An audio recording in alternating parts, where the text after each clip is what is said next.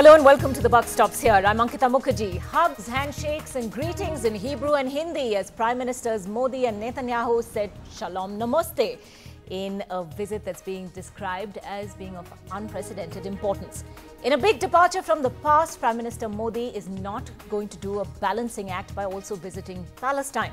We asked tonight, have India-Israel ties finally come out of the closet? Before I take this to our panelists and experts tonight, let's go right across to my colleague Nidhi Razdan, joining us live from Tel Aviv. Nidhi, as the Indian ambassador told you earlier, India clearly no longer bashful about its ties with Israel. What does it stand to gain with this formal coming out of ties, as it were? Well, Ankita, first let me tell you where I am. I'm here in Jerusalem, actually, at the King David Hotel, where Prime Minister Modi is staying. And it is here that the two leaders will be meeting tomorrow for formal discussions. Right now, they are getting ready to meet for dinner at Prime Minister Netanyahu's residence. And they will be speaking to the media again in a little while from now. But in terms of, why India chose to do this now, actually, this has been building up for some time. India and Israel have had a pretty good relationship for many years now. It's focused largely on defense and security issues. We've seen 3 foreign ministers of India visiting Israel ever since the two countries established diplomatic ties 25 years ago. And then President Reuven Mukherjee came here in 2015. And in fact, it was widely expected that Prime Minister Modi would make this historic visit back then. However, I think India has carefully chosen this timing because until then, India has made sure also that none of its friends in the Arab world are unhappy in any way with India sort of taking this to the next level. So the Prime Ministers met the leaders of Saudi Arabia, Iran, the UAE. The Palestinian president was in India some months ago for what was his 5th trip in about 10, 12 years. And so after carefully sort of, dealing with those countries, the Prime Minister has come here now and is not visiting Ramallah, the headquarters of the Palestinian Authority, which is a significant departure from India's position. And India hoping now really to, take this to the next level and go beyond defense and security and make it a more comprehensive partnership. Ankita. All right, Nidhi, thanks very much indeed for joining us. Nidhi from Jerusalem there. And of course, Nidhi, we'll keep coming back to you as we track those developments through the night here.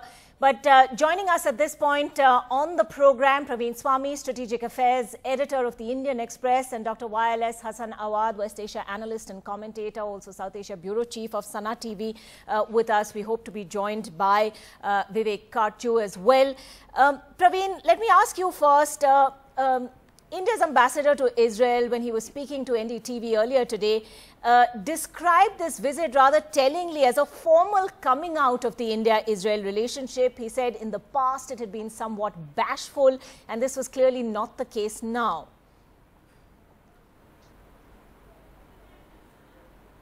That I think is a fair description, and one of the things I think it's important to remember is that this evolution, this coming out, has happened over a period of time, and the reason things were, if you like, kept in the closet had to do with geopolitics. It wasn't some kind of reflexive third worldism or ideological. 30 years ago, when this relationship first started getting some momentum under Prime Minister Rajiv Gandhi, India had a lot less muscle than it did right now, and the world looked a lot different. Remember, India back then was a relatively poor country, desperately dependent on revenues from its diaspora in West Asia, without much clout for ensuring its oil energy security, and not really in a position to alienate, if you like, its sources of revenue and sources of oil in West Asia. Today, now that this relationship is out of the closet, things in West Asia themselves have changed. The Saudis even have a sort of on-off, sort of almost overt relationship with Israel. A large number of states in West Asia sort of cultivating some kind of relationship. India itself a very different sort of country with heft. So I think it's important to place this in context and not see this as some kind of, ideological breakthrough or to cast this in ideological terms, but to see this as part of a story. that has to do with a changing West Asia and a changing India. Changing West Asia. Dr. Awad, would you agree with that? What is this trip going to mean really for the geopolitics of the region, if anything? How is the Arab world seeing this? Well, I will agree. I will echo what Parveen have said. He's a colleague of mine, and I said directly he said it. I would add to what he said actually by saying that I don't expect India to be more Arabs than the Arab. I think some of the Gulf states are already in the open, are saying that they wanted to have relation. But having said that, I would say also that India made it very clear that it kept equal distance among all the parties. But for the Palestinian, when I interact with them, the first things I get that we are losing India. And if that is really the message that is getting, then we have to see from a wider perspective about the future relation of India and Israel, whether it will have an impact on the Palestinian issue. Because if it starts having an impact on the Palestinian issue, I think India will be maybe risking its own relation with the Arab world, which I am doubtful that it will ever be affected, because look at the historical relation between India and the Arab world. You are having 14 million Indian annually in the Gulf. You have 8 million state sitting there, $73 billion annually coming revenue. I mean, the 65–70% of Indian oil and energy comes from the Gulf state. So there is a strong relation. I would leave it aside. I think it's a historic relation. India needed technology, needed the critical technology. India needed to secure its border, need to secure its internal affairs, cement its own strength, because the danger of all over to India from neighboring countries, victim of terrorism, and there are a certain element wanted to see India, are envious to India progress. In fact, if India can play the card well in getting what the critical technology wanted, because it's this visit, I believe, it is more important for Netanyahu than Prime Minister Modi. In one way, I am saying that, because Prime Minister Modi is born to go because he is a person who take a brave steps. Okay. He wanted to be there, and he did it, and that's fine. I wanted to take that across to Vivek Karcho, former Secretary of the Ministry for External Affairs, joining us also on the program tonight.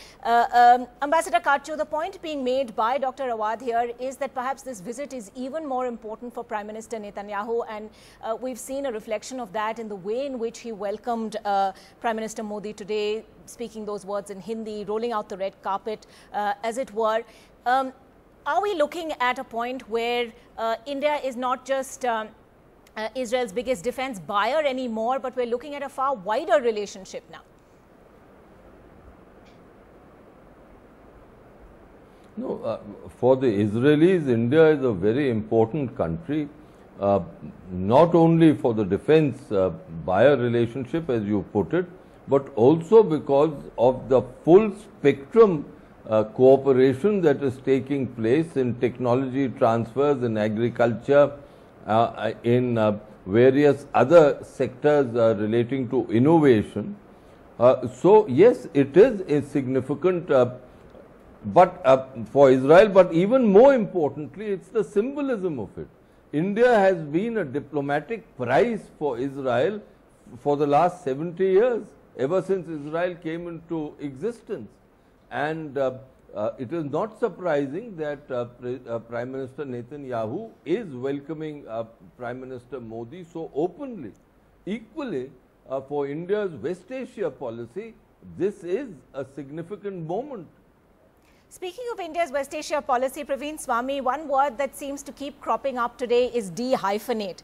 Has India, in effect, been able to dehyphenate its Israel-Palestine relationship? Is that evident from the fact that the Prime Minister didn't feel it incumbent upon him to visit the West Bank on this trip? I think India would love to dehyphenate its Israel-Palestine policy. I'm not entirely certain how that's possible to do. I mean, the reality is that, you know, everyone across the world has run up against the stark fact that Israel's policy in the occupied territories is, whether one likes it or not, a source of instability in the region. And this is something that needs to be addressed in the interest of bringing about a durable peace in the region, and ultimately a durable peace for Israel itself. Now, Prime Minister Netanyahu has certain views on the matter. There are other parties in Israel which have a very different view of the matter, and of course, President Barack Obama had more or less put Prime Minister Netanyahu in the doghouse for an extended length of time because of what he saw as his obstructionism. Now, how the Trump White House is going to handle this, we don't know. But I think certainly India should be cautious about wading into a situation which is, which is just an absolute snake pit. And while it is vitally important that India cultivate a robust relationship with Israel, it ought not be seen under any circumstances as falling on one side or the other of this, very, very difficult and intractable conflict. All right. Ambassador Kartu Praveen Swami, we will of course be coming back to you in about 20 odd minutes or so when we expect to hear from the prime ministers of both countries again in a somewhat in a departure from tradition. They're expected to meet the press once again just before a dinner that's scheduled today. So we will continue this discussion then.